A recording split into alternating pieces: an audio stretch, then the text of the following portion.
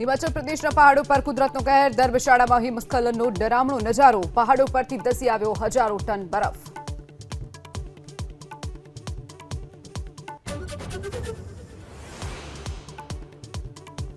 ડાકોર રણછોડજી મંદિરના પૂજારી વિષ્ણુપ્રસાદ ભુવાની જેમ ધૂણતા હોય તેવો વિડીયો વાયરલ, ધૂણીને લોકોના કામ કરતા હોય તેવો પણ પૂજારીનો દાવો।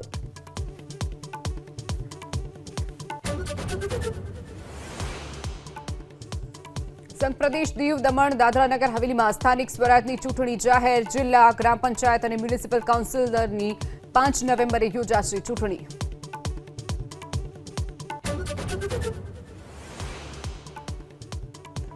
સુરતમાં 4 ફટાકડાના વેપારીઓના ત્યાં જીએસટીની તપાસ, બિલ વગર ફટાકડાનું વેચાણ કરી ટેક્સ ચોરી કરતા હોવાની ફરિયાદ, તપાસના અંતે મોટી સંખ્યામાં ઝડપાઈ શકે છે ટેક્સ ચોરી।